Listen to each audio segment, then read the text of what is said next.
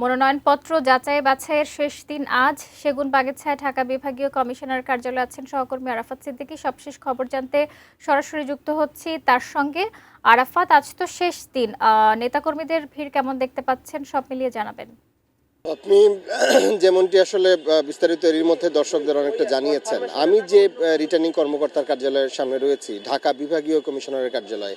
জানেন যে ঢাকার যে সিটি কর্পোরেশন এলাকার যে 15টি আসন রয়েছে তার মধ্যে 13টিরই এখানে রিটার্নিং কর্মকর্তা হচ্ছে ঢাকা বিভাগীয় কমিশনার শরফুদ্দিন চৌধুরী, এবং তিনি যেমনটি গতকালকেই গণমাধ্যম কর্মীদের জানিয়েছেন যে এই আসনগুলোতে যে তাদের প্রায় 174 জন মনোনয়নপত্র জমা দিয়েছিলেন, তার মধ্যে 118 জনের মনোনয়নপত্র তারা বৈধ বলে বিবেচনা করেছেন। এবং তাদের জানেন যে 2 দিন থাকলেও শনি রবি এই 2 দিন অর্থাৎ আজকে এবং আগামীকাল, দুঃখিত, গতকালকে এবং আজকে এই 2 দিন তাদের এই মনোনয়নপত্র বাছাইয়ের কার্যক্রম চলার কথা থাকলেও তারা তাদের 13টি সংসদীয় আসনেরই বাছাই প্রক্রিয়া সেটি গতকালকে তারা শেষ করেছেন। আজকে কার্যত এখানে কোনো কার্যক্রম, তেমন কোনো কার্যক্রম হচ্ছে না।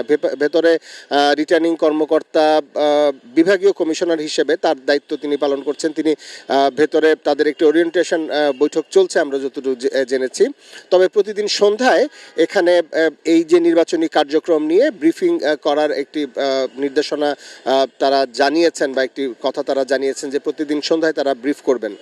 আগামীকালকে থেকে অর্থাৎ 5 থেকে 9 জানুয়ারি পর্যন্ত যাদের মনোনয়নপত্র বাতিল হয়েছে সেই প্রার্থীরা এই রিটার্নিং কর্মকর্তার যে সিদ্ধান্ত সেই সিদ্ধান্তের বিরুদ্ধে আপিল করতে পারবেন, এমনটি আসলে নোটিশে জানানো হয়েছে। এবং তারপর থেকে বাছাই প্রক্রিয়ার আসলে চূড়ান্ত বলে বিবেচনা করা যাবে। এবং এই যে 5 থেকে 9 জানুয়ারি এই সময়ের মধ্যে রিটার্নিং কর্মকর্তার সিদ্ধান্তের বিরুদ্ধে যারা আপিল করবেন তাদের আপিলের এই নিষ্পত্তির তারিখ নির্ধারণ করা হয়েছে 10 থেকে 18 জানুয়ারি।